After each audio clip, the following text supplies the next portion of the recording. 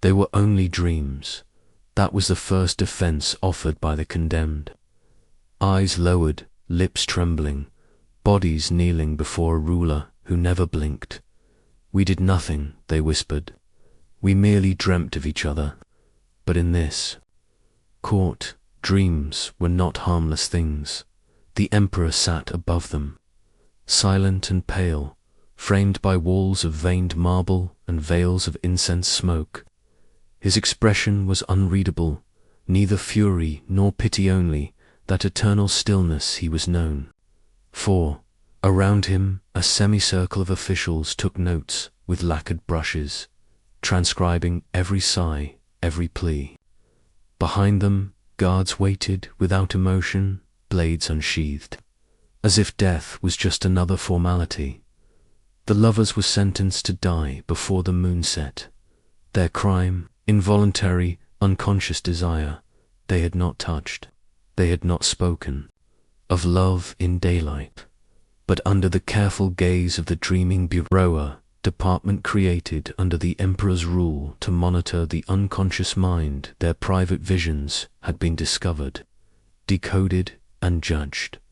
It was not the first time, by imperial decree, the minds of palace residents, especially those within proximity of the throne, were considered sovereign property. Every servant, court, musician, advisor, even visiting nobles, was required to submit to regular dream audits. A select cadre of priests and sleep transcribers were trained to interpret murmurs in the night, analyze facial twitches, catalogue emotional resonance.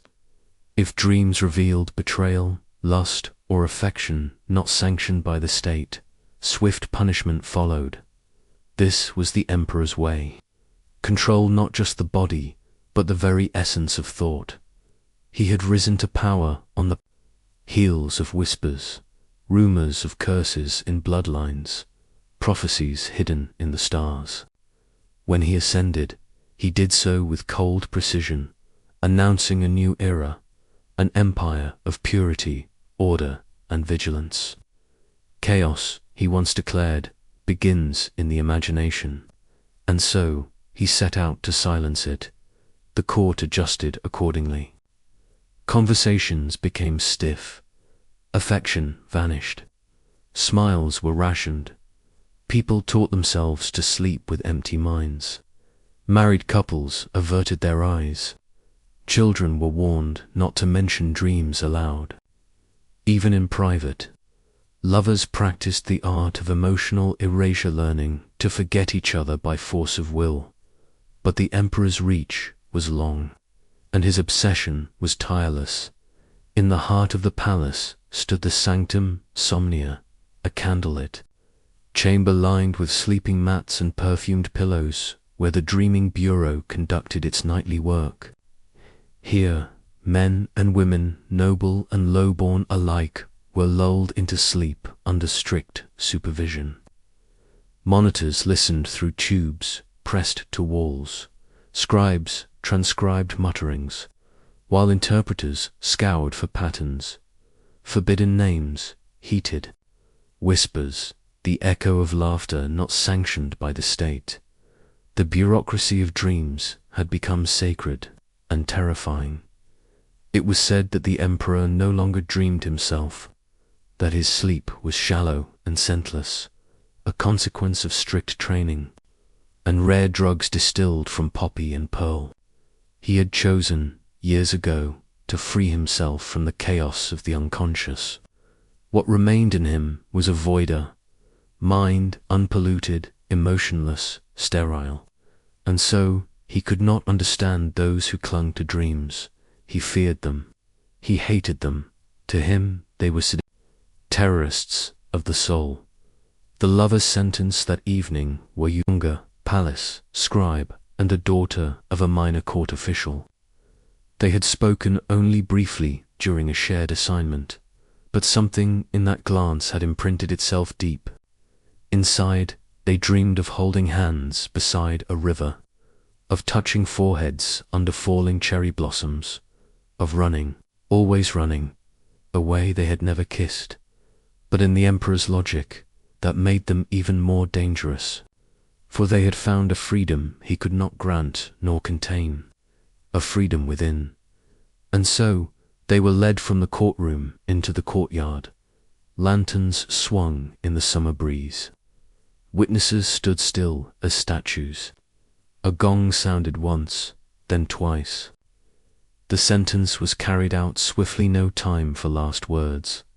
Their bodies were burned before dawn, their ashes scattered into the koi pond that circled the palace gardens, the water soon swallowing all trace.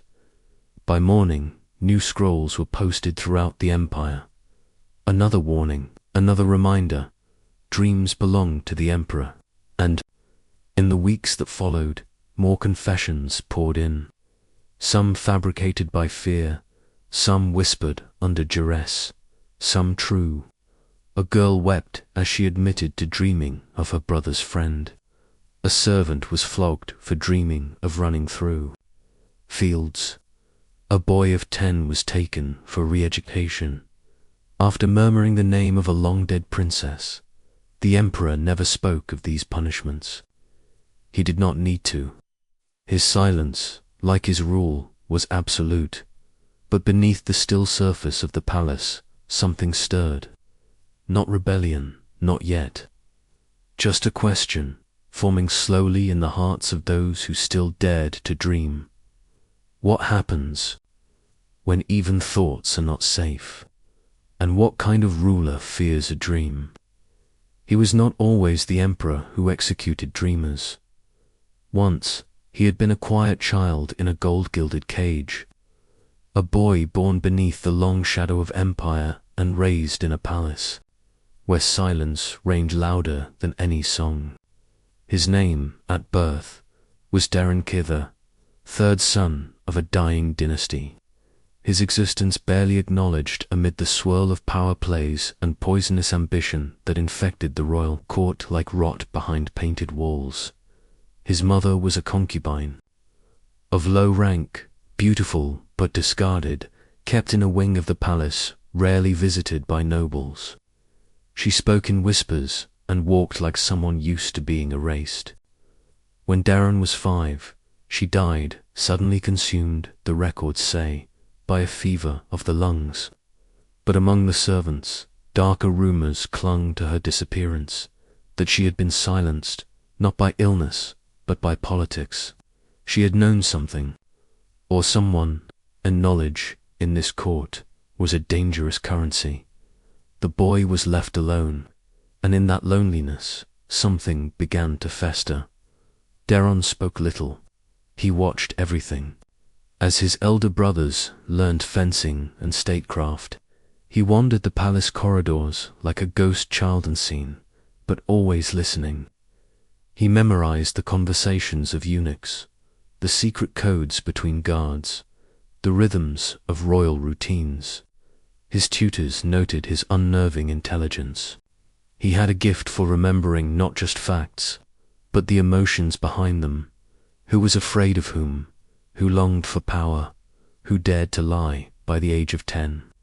He no longer cried at night. Instead, he trained himself to sleep without dreams. Then, the succession crisis came. The emperor, Darren's grandfather, was dying. His eldest son, the heir, had fallen in battle under mysterious circumstances. The second son was rumored to be ill. With the court descending into whispered chaos, a shocking announcement was made. The boy, Darren's third son, was to be named Crown Prince. No one could explain it. Some believed a powerful advisor had backed the child for his own gain. Others whispered that Darren had discovered secrets powerful enough to shift alliances. A few believed he had orchestrated the deaths of his rivals, but no proof ever surfaced. Only one thing was clear. The boy had learned early that power was not given. It was taken quietly. At 17, he became emperor. He was lean and elegant, his face unreadable, his voice soft but sharp. His coronation was marked by splendor, and his first decrees painted him as a reformer, abolishing cruel taxes, opening roads, expanding libraries. The people rejoiced. The court relaxed, but underneath something darker brewed. He began by purging. The old advisors, those who had once laughed at him, ignored him, underestimated him. Some were dismissed, some vanished. The next to fall were the poets. A few verses deemed too nostalgic were banned. A renowned singer was executed for performing a lullaby that reminded the emperor of his mother. When the astrologers warned of a season of instability, the emperor did not punish them. He disbanded the entire celestial bureau by the 4th year of his reign. Fear had replaced admiration. The emperor rarely appeared in public, and when he did, he wore a silver mask said to shield him from emotional contagion. His courtiers adopted this practice, first out of loyalty, then out of necessity. Behind the masks, the palace became a gallery of the expressionless. Joy, sorrow, anger, everything was buried. But in private, the emperor's mind frayed. He could no longer trust his own sleep. His dreams returned, unbidden, visions of drowning, of voices he could not silence, of his mother holding her hand to his lips and whispering, "Do not speak." He ordered new measures. Chambers soundproofed, servants forbidden to enter without permission, mirrors removed. Cats killed too silent, he claimed. He began speaking to shadows. He accused birds of spying. His paranoia became policy.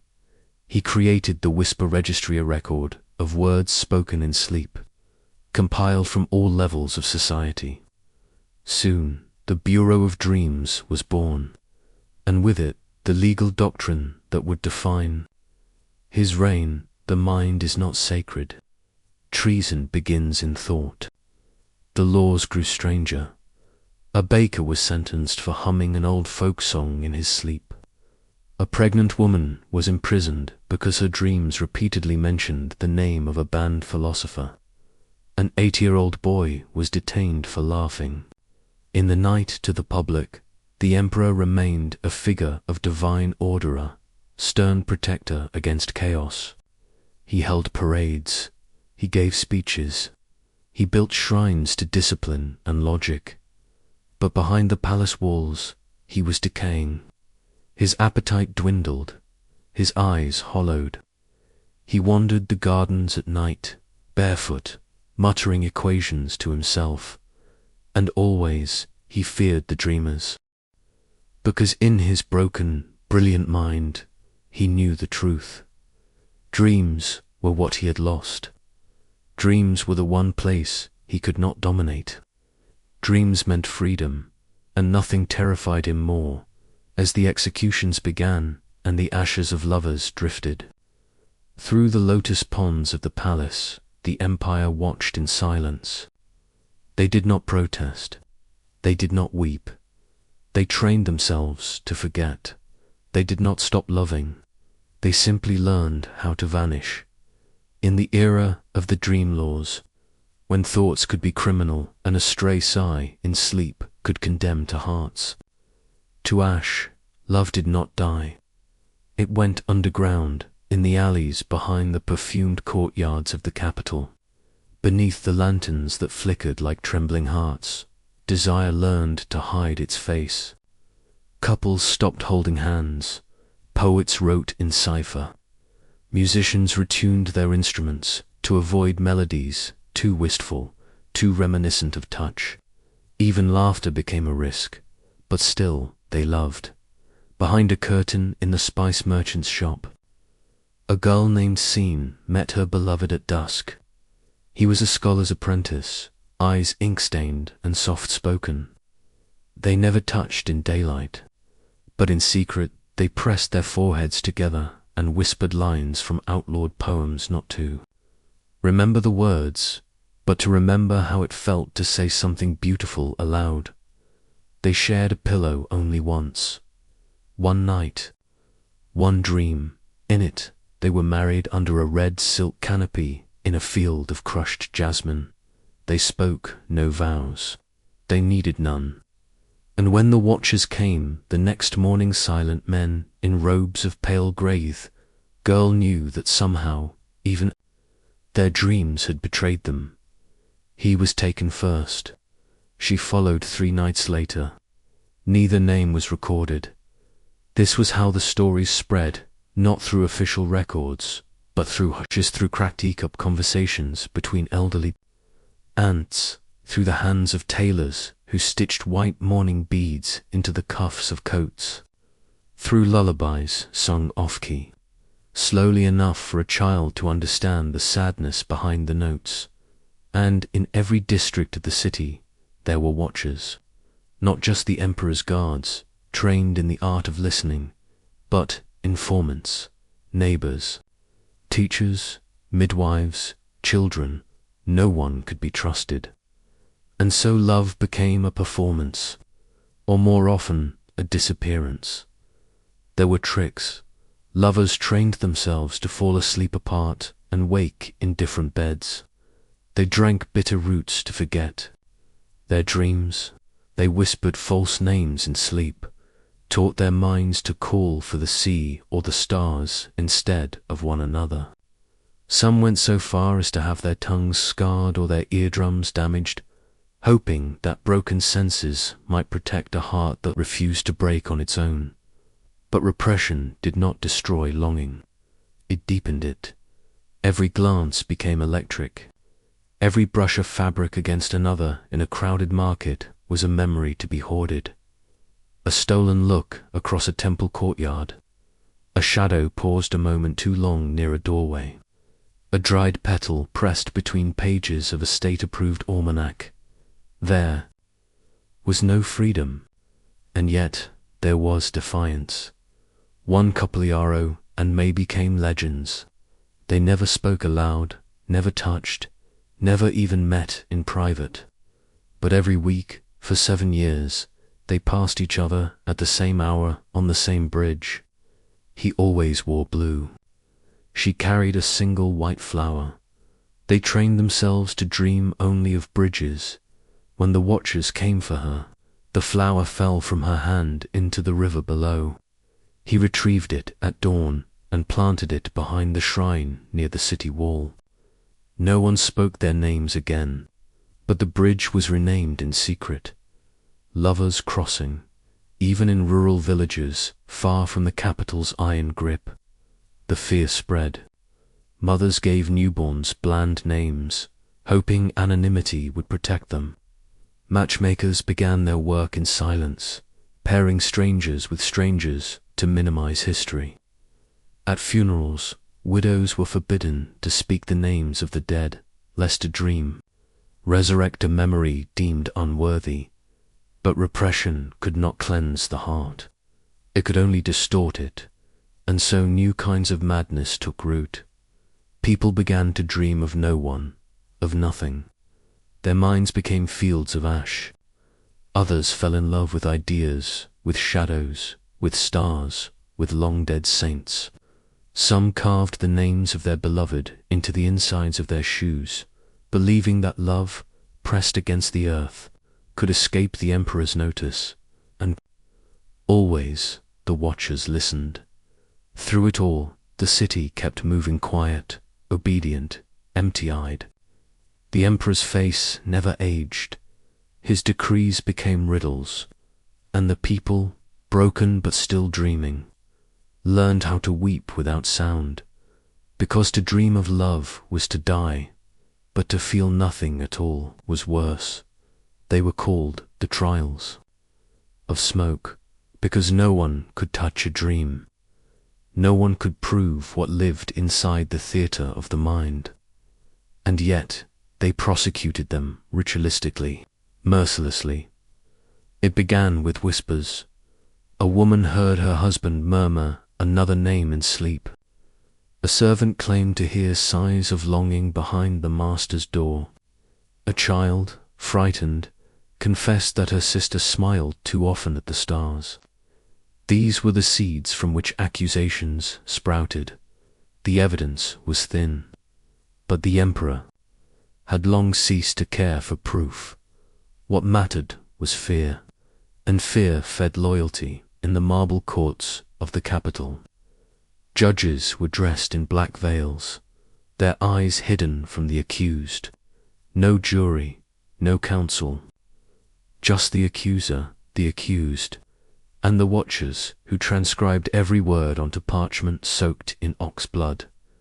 The accused stood barefoot, heads bowed, hands dyed blue, color of forbidden dreaming. The questions were always the same. Who did? You dream of when? How many times? Did they dream of you in return? Many confessed immediately out of terror. Others denied until the end.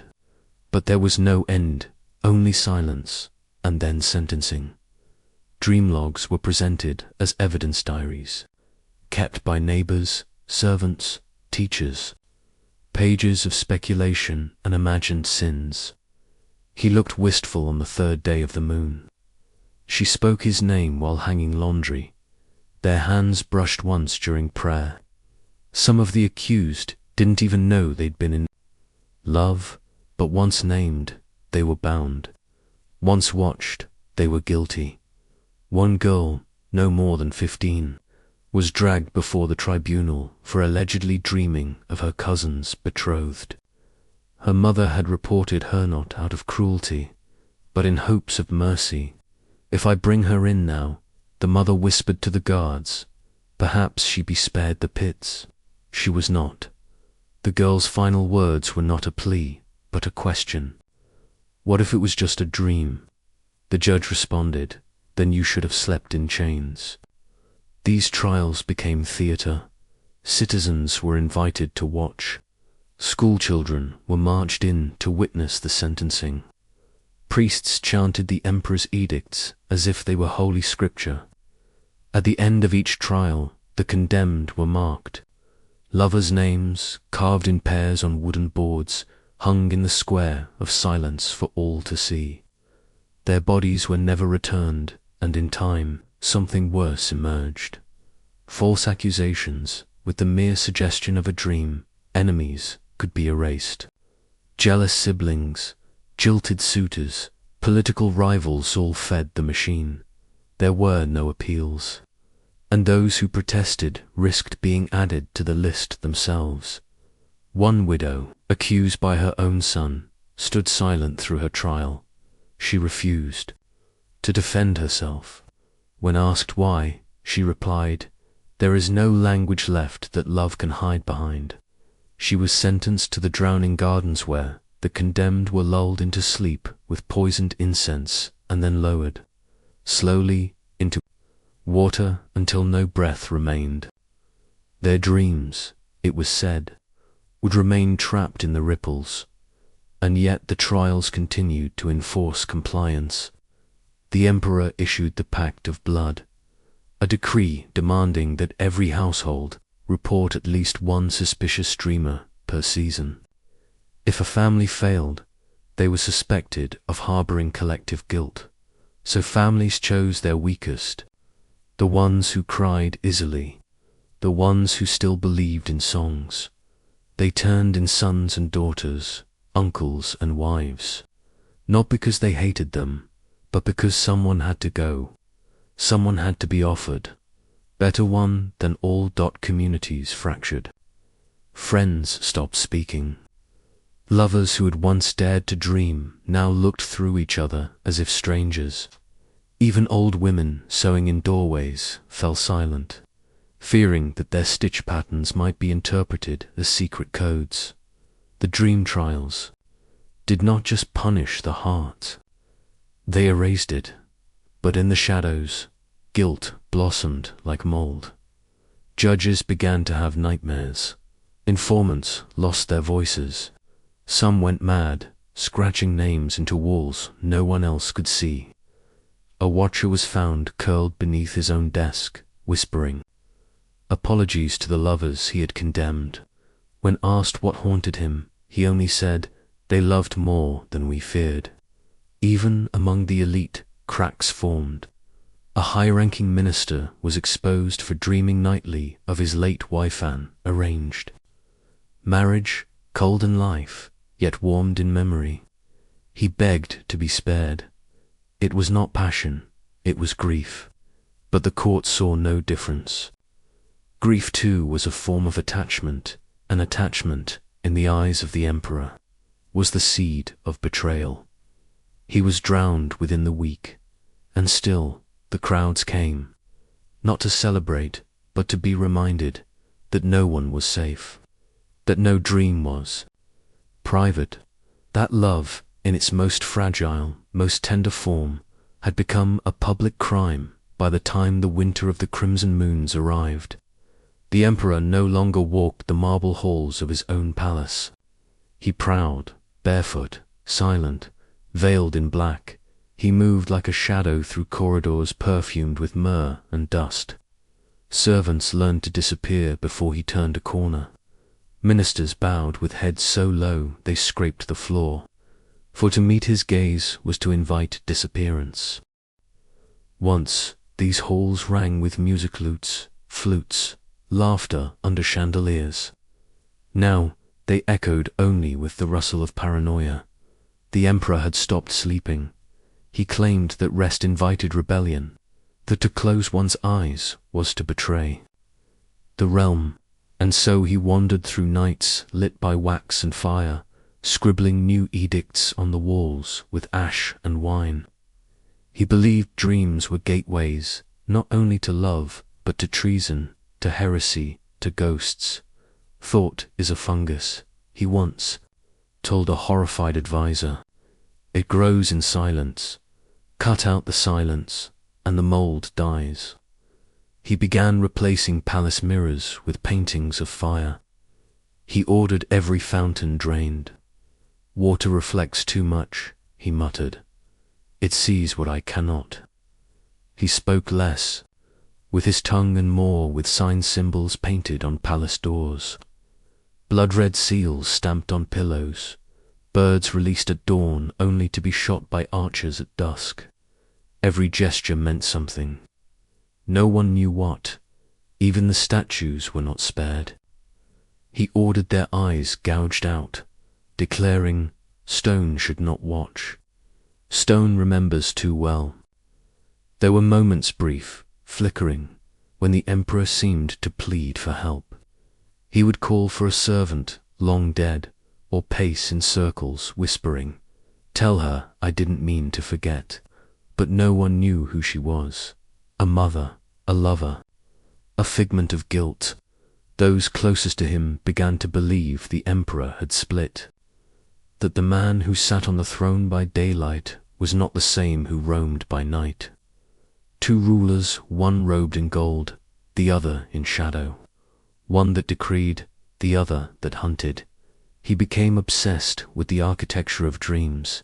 He demanded scrolls from foreign lands, tomes on memory, on sleep, on the soul. He summoned philosophers and tortured them for answers they could not give. "How many thoughts can live inside a single head?" he would shout. "How many are traitors?" One night, he gathered every surviving painter in the realm and commanded them to paint his mind. "Not my face," he said, "my mind. I want to see it, frame it, hang it, control it." What resulted was a grotesque, moral twisted figures, gnawing on gold, towers crumbling into ink, lovers with no eyes reaching for each other across fire. He wept when he saw it, and then ordered the artists drowned. "The painting must have lied," he said. "I am not that."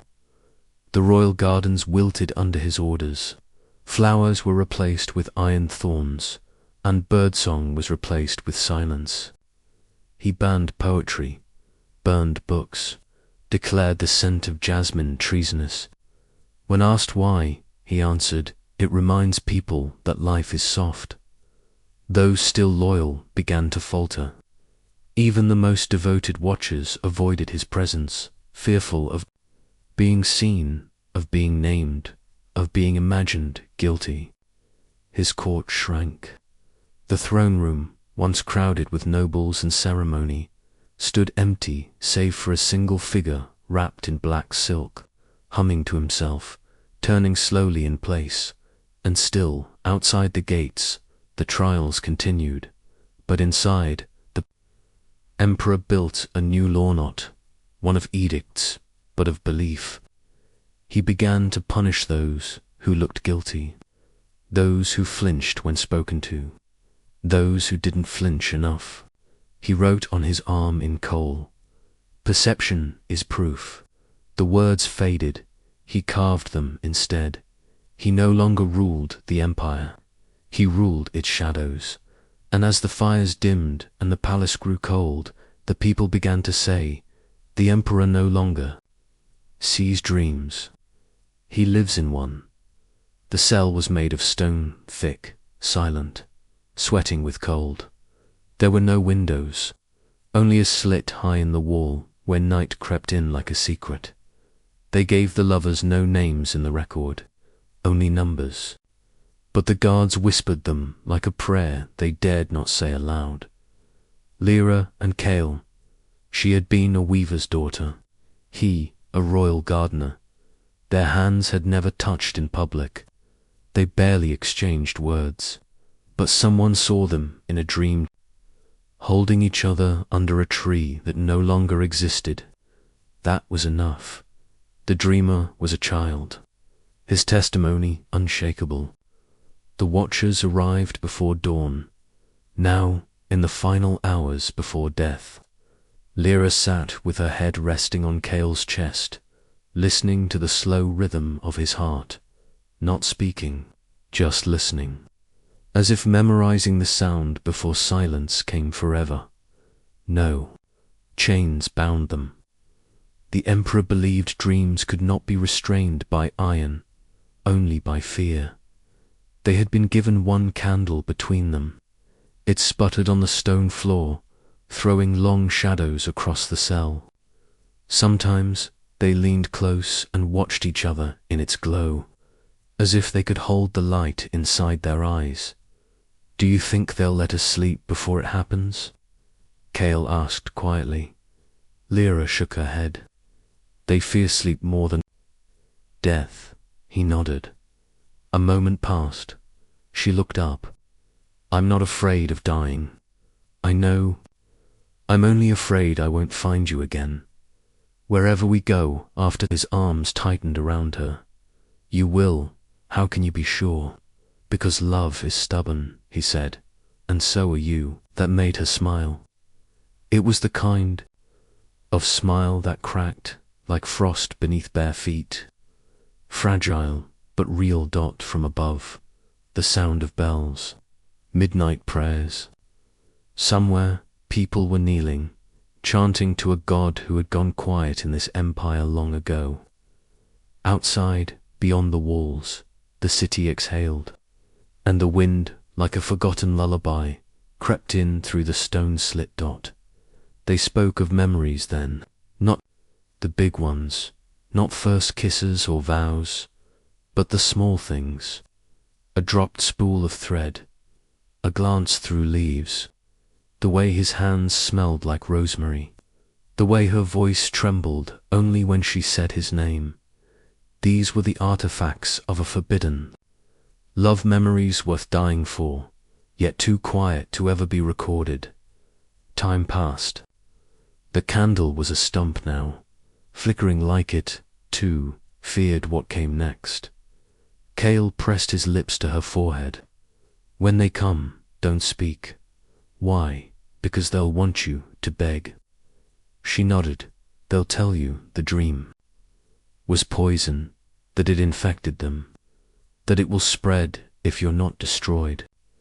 She looked up at him, and her voice was a whisper of iron. "Then let it spread." The door did not open with ceremony. No fanfare, just the creak of rusted iron and the arrival of the watcher stall, pale, robed in black that swallowed light. They did not speak. They did not blink. Their masks had no mouths. only a single line where the lips should be, like a wound stitched shut. Cale stood first, helping her rise. He held her hand as they stepped forward. The watchers did not bind them. Outside, the prison, the execution square, was a pool of silence. Citizens stood like statues forced to watch, forbidden to look away. Children hidden behind legs, eyes swollen, not from tears, from holding them back. 2 stakes waited. No fire. The Emperor had forbidden flames for dreamers. He said they escaped. Too quickly, instead ropes salt. Nails dot as Lyra climbed the steps. She looked up at the sky. A single star blinked through the black clouds. She smiled. They did not scream. They did not curse. They did not break, even as the ropes cut into. Skin and the nails pierced their palms. They looked only at each other, not at the guards, not at the priests. Only each other, and then she spoke. Only. One word, his name, Cale, soft as silk, sharp as thunder. He smiled. I heard you. And in that moment, before the last breath, before the darkness took them, something shifted in the crowd. A woman gasped. A boy covered his heart. An old man lowered his head and whispered something no one else could hear, because in that moment they dreamed, just for a second, of love, of fire, of freedom. And though the lovers' bodies hung still beneath the moon, their defiance echoed louder than any sermon, for in a land where dreams were hunted, they had dared to die dreaming. It began, as all rebellions do, not with swords, but with whispers in the ash-grey shadows of bakeries, among the damp tombs, beneath old chapels, in the silent exchanges between strangers who dared lock eyes for a second to long hope, began to murmur. The Emperor had silenced voices. He had criminalized longing, but he had overlooked something more dangerous than open defiance. Memory. They remembered Lyra and Cale, their final gaze, the quiet strength of their stillness, the single word she spoke before death. They did not speak it aloud, not yet, but in the brittle silence of a dying city, that memory moved like wind through cracks in stone. The first act of rebellion was a child's lullaby, a tune once banned for its association with dreamers. It rose, thin and trembling, from a window high above the market square. A grandmother hummed it while rocking her grandchild. Just once. Then fell silent, but someone heard. The next morning, a loaf of bread was found left outside the prison walls, shaped unmistakably into a heart. A small gesture, foolish, but dangerous. A message. More followed, a painted flower beneath the foot of a watcher's statue. A letter slipped into the folds of a priest's robe during communion. Signed only for the ones who still dream. The Emperor responded with fire. Entire districts were purged. Whole families disappeared overnight. The watchers multiplied there.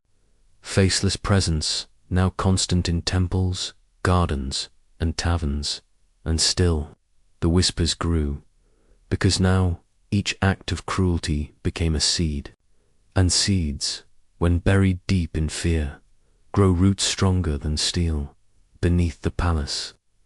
In the crypts where ancestral bones lay forgotten, a gathering began. No names were used, only signs.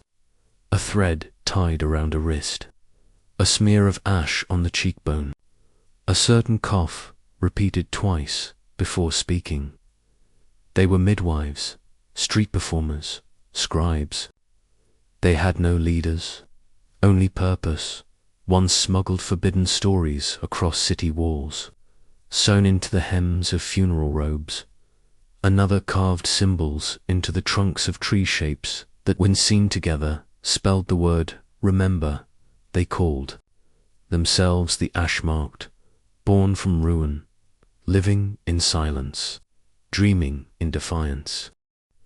It was not a rebellion yet, not by swords, not by blood, but something deeper, older, a resistance of the soul, and at the heart of it, rumors that the emperor no longer slept, that he feared closing his eyes, that in his dreams he saw the faces of those he had condemned and they spoke. These whispers, true or not, became their fire, because the emperor's strength had once come from absolute control. But now he was afraid, and fear, once his weapon, began to turn. Against him, some watchers defected, quietly, subtly, a missing key here, a door left unlocked there, and always there was the dreaming.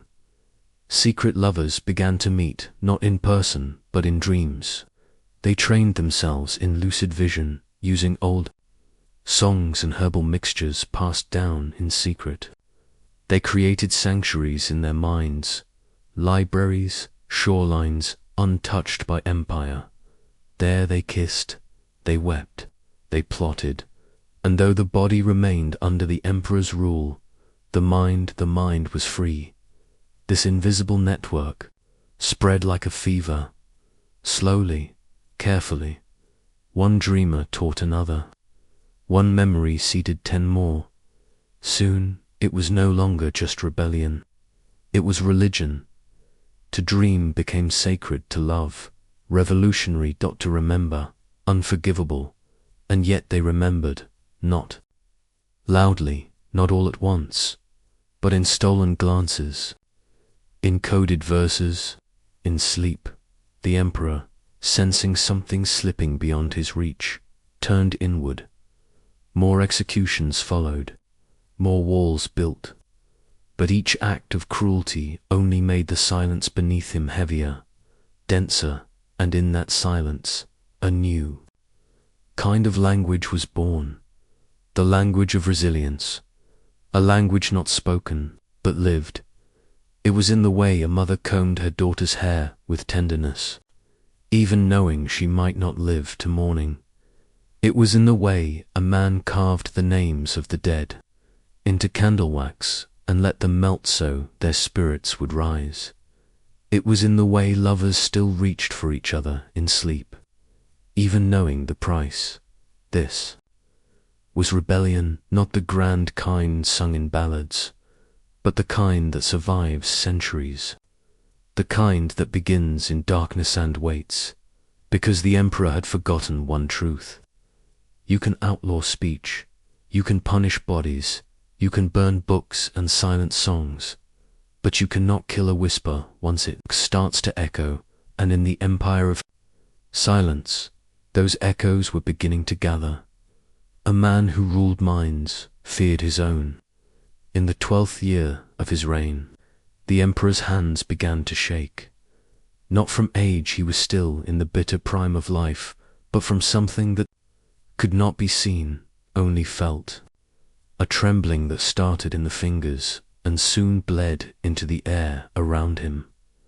Servants noticed, advisors whispered, and the watchers, once silent extensions of his will, began to move without orders. What had once been a kingdom of fear now became a kingdom of watching. The people watched the watchers, and the watchers watched the emperor. The spell of absolute control was breaking. The rebellion did not come in the form of fire or swords, it came in fractures. Tiny, imperceptible breaks in the architecture of terror. First, the court astronomer vanished. Then the High Inquisitor's chambers were found empty, with only a broken dream vial left behind, glass still warm. When the emperor ordered his executioners to retrieve them, the men returned, pale, shaken, and silent. None ever spoke again. The inner court, once loyal to the bone, grew restless. He accused his council of disloyalty. They responded with hollow smiles and careful nods. He tightened the laws. Trade faltered. The economy withered under the weight of suspicion, and still the dreams spread. Entire districts began practicing collective sleep, rituals synchronized dreaming, a form of spiritual resistance that no watcher could break. Whole neighborhoods entered nightly trances, guided by masked elders, chanting forbidden verses designed to protect the mind from intrusion. What the emperor had once called a crime was now a sacrament. He ordered mass arrests. Hundreds vanished into the dungeons beneath the palace. But the dreams did not stop, they multiplied. Because with each disappearance, a story grew. Whispers of a lover who had escaped the death mark. A boy whose dreams had lit fires in real life. A girl who kissed a watcher and it shattered into ash. Legends, surely. But in a realm of fear, hope, wears the mask of myth. Inside the palace, his paranoia turned savage. He covered mirrors, burned his mother's letters, replaced every servant twice. The courtiers were forbidden to speak above a whisper. Even laughter was taxed, and yet, in the deep of night, he could still hear them. The voices, not the voices of rebels. Not even the voices of the watchers. No, they were the voices of the condemned, the dreamers, the lovers. They came in echoes, floating on the edge of sleep. And worst of all, they laughed, softly, lovingly, as if they pitied him. The emperor began to dream. He tried to stop bathing in alchemical smoke, drinking mind-killing potions, but the dreams still came. Of warm hands he couldn't see, of being kissed gently on the forehead before waking in cold sweat, of 1,000 eyes blinking open in the dark. He began to suspect his own guards. His food was served by mechanical arms. His wine tasted of metal. The grand hall was silent, no music, no guests. Even the walls seemed to hold their breath, and in that silence, betrayal bloomed. The Grand Vizier, once his shadow, vanished into the mountains with half the treasury. A council of minor lords declared a new charter of peace, written under moonlight and signed in a cathedral once filled with watchers. One by one, the provinces fell silent, not in fear, but in rejection. The emperor stood alone, not just politically, but cosmically. It was as if the world itself recoiled from him. The final moment came not with an army, but with a child. A small girl, barefoot and humming, wandered through the palace gates one dawn, past guards who no longer obeyed, past walls once charmed. Against intrusion, she stopped before the throne, where he sat, trembling, draped in furs and fear. She said nothing, only handed him a small scrap of paper, folded into a dream dash flower. Inside was a name, Lyra, and that was all. He collapsed forward, not dead but emptied, as if his soul had been peeled away, word by word, dream by dream, until nothing remained but flesh. The palace fell that night, not to fire, not to blood, but to silence. The watchers ceased moving. The walls of the dream chambers cracked, and the people walked in knots with violence, but with song. They lit candles. They wrote names of the lost. They danced in slow circles where executions once occurred. The emperor was not killed. He was entombed alive, within his own dreaming machine, a coffin of sleep, a prison of mind. They say he still dreams alone, eternally surrounded by the very love he tried to destroy. And outside, in the city once bound by terror, lovers slept peacefully again, because dreams, once punished by death, had become the language of life. The emperor was gone, but he still lived in the silence between two people too afraid to dream. The kingdom did not erupt into joy after his fall. There were no parades, no sudden laughter in the streets. What came instead was a stunned, quieter hush, so profound it felt sacred, or perhaps haunted. People had forgotten how to speak freely. Even the air, once heavy with suspicion, now hung still with uncertainty. In marketplaces, sellers lowered their voices. In homes, families sat close but spoke little.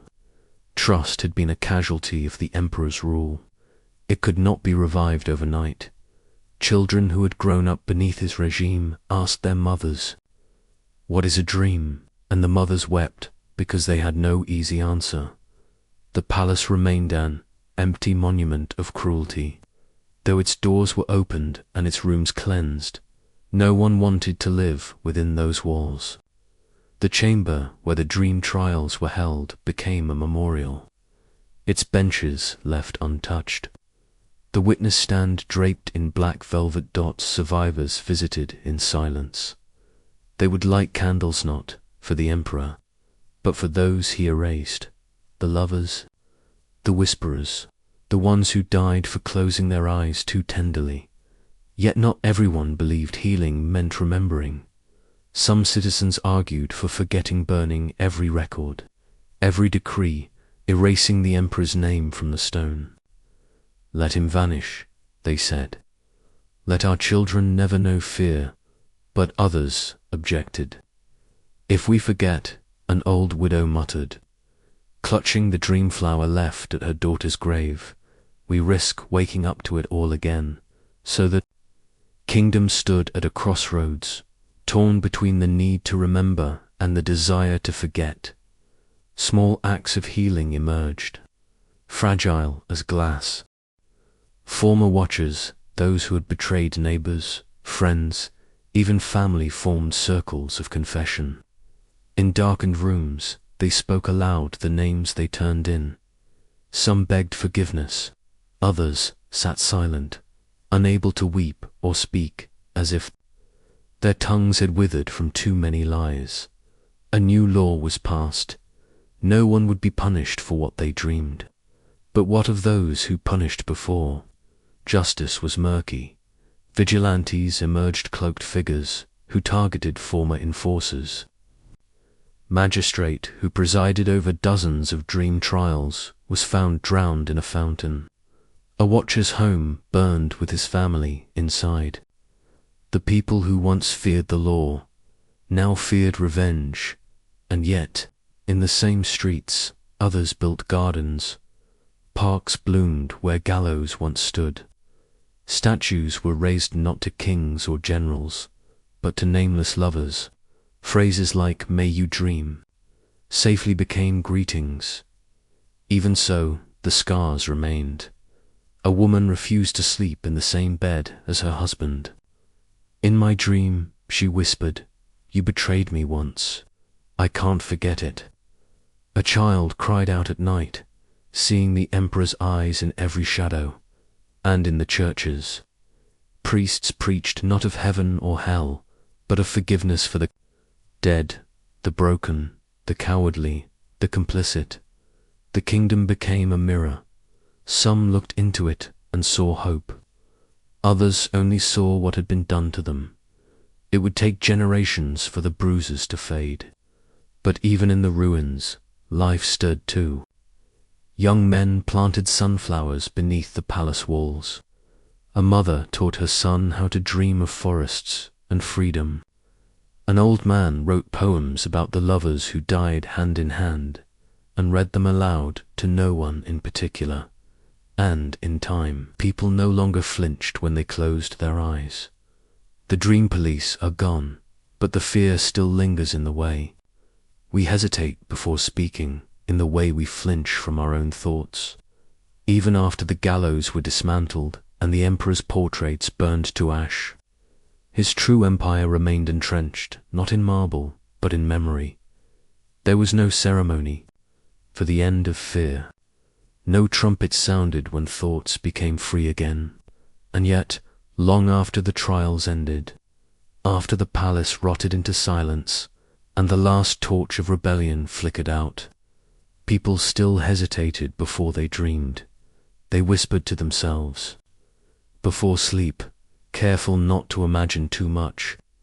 They trained their minds not too long, too deeply, not to love too bravely, because somewhere inside the emperor still stood, not as a man, but as a shadow stitched into the fabric of their consciousness.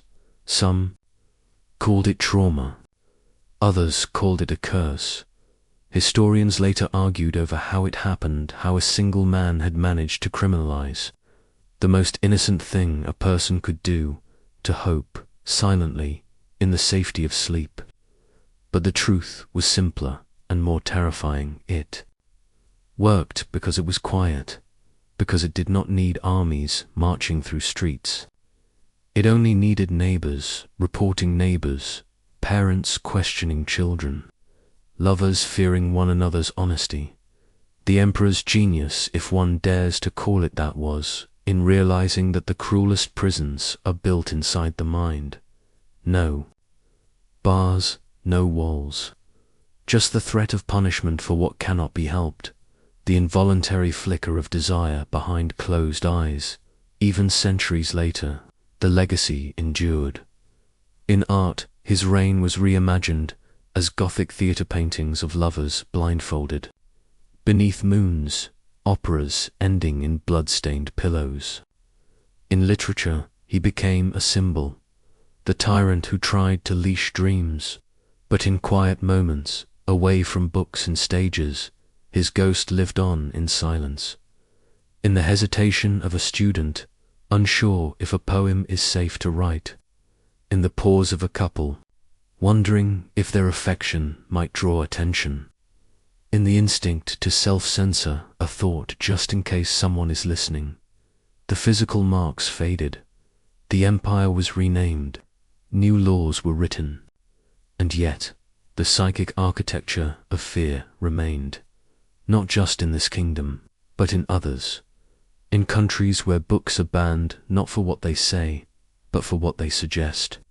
In regimes where thoughts are surveilled, emotions questioned, and dangerous feelings labeled as crimes. In cities where love between two people is called unnatural, or illegal, or immoral, where even the possibility of dreaming different is seen as rebellion. The story of the emperor became a warning, not of swords or torture, but of subtle violence, the violence of being told that your inner world does not belong to you. A teacher once asked her students, years after the emperor's fall, "When do you feel most free?"